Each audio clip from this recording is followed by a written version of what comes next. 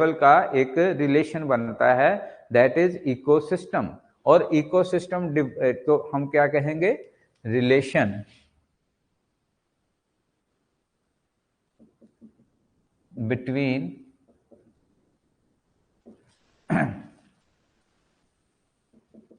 Biotic and abiotic components of environment. तो इसको आप ऐसे कहोगे कि ये दोनों आपस में रिलेटेड हैं, एक दूसरे को इफेक्ट करते हैं जी।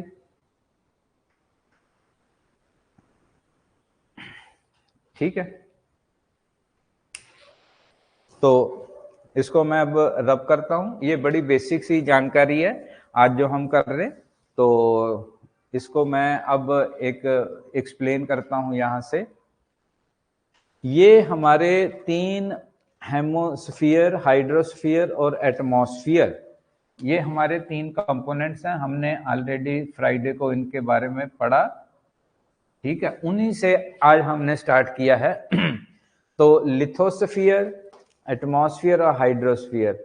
लिथोस्फीयर में लैंड आ जाती है, और फॉर्म्स ऑफ लैंड्स कौन सी हैं, प्लेन्स, डेजर्ट्स, माउंटेन, प्लेट्यू और कोस्टल एरियाज। फिर एटमॉस्फेयर आ जाता है। एटमॉस्फेयर में 78% नाइट्रोजन है, 21% हमारे पास ऑक्सीजन है। और इसके कौन कौन से पार्ट हैं, troposphere, stratosphere, mesosphere, ionosphere, exosphere. फिर हाइड्रोस्फियर आ गया। हाइड्रोस्फियर में ग्लेशियर्स हैं, water vapours, lakes, seas, rivers and oceans. और इसमें 72% जो अर्थ सरफेस है वो पानी से ही घिरी हुई है, समुद्र मतलब है। पर जो पीने लायक पानी है वो 3% है, जो ड्रिंकिंग वाटर है वो सिर्फ 3% है। अब इनमें से सारे तो नहीं ना हम यूज कर रहे, इन तीनों में से एक पर्टिकुलर पोर्शन जिसमें ये तीनों आ जाते हैं, तो वो तीनों मिलके हमारा अबायोटिक एक एनवायरनमेंट बनाते हैं। अबायोटिक का मतलब है जो जिसमें लाइफ नहीं है, जैसे पानी है या ये जमीन है, लैंड है, लाइफलेस जिसको कहते हैं वो। इनमें इसके साथ अबायोटिक जो एक कंपोनेंट जुड़ता है। अबायोटिक कंपोनेंट में दोनों आ गए, प्लांट्स और एनिमल्स। प्लांट्स और एनिमल्स एक दूसरे से पे डिपेंडेंट हैं, एक दूसरे की सर्वाइवल में ये एक दूसरे को हेल्प करते हैं, डिपेंडेंट हैं।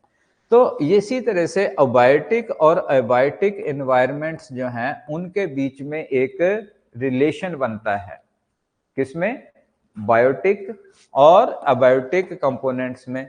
उस रिलेशन को जो बिटवीन बायोटिक और एबायोटिक कंपोनेंट्स एनवायरनमेंट को, उसको हम इकोसिस्टम कहते हैं। क्या कहते हैं, इकोसिस्टम। और इन दोनों को यहाँ पे एक जोन बन गई जिसमें बायोटिक और अबायोटिक कंपोनेंट दोनों हैं, दैट इज बायोस्फीयर। तो ये बायोस्फीयर है। बायोस्फीयर एक छोटा सा पार्ट बना जिसमें एक पर्टिकुलर लाइफ जो है सस्टेन कर रही है। अब इन एनिमल्स में आगे जाके अगर हम अकेले ह्यूमंस को देखें तो इसमें एक टर्म आ जाती है ह्यूमन एनवायरनमेंट। ह्यूमन एनवायरनमेंट दो तरह के हैं, एक तो नेचुरल एनवायरनमेंट ये रहा, दूसरा एक आर्टिफिशियल एनवायरनमेंट जो इसने अपने आसपास क्रिएट किया है।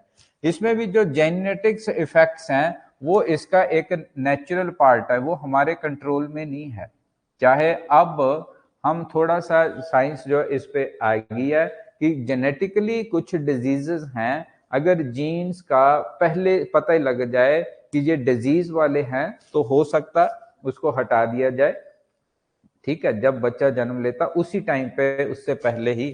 पर ये अब दूसरे बाकी एनवायरनमेंट्स जो हैं, education, educational system, financial situation, financial institutions, social status या social position, social institutions, political institution, religious institution, health environment या हेल्थ इंस्टीट्यूशंस।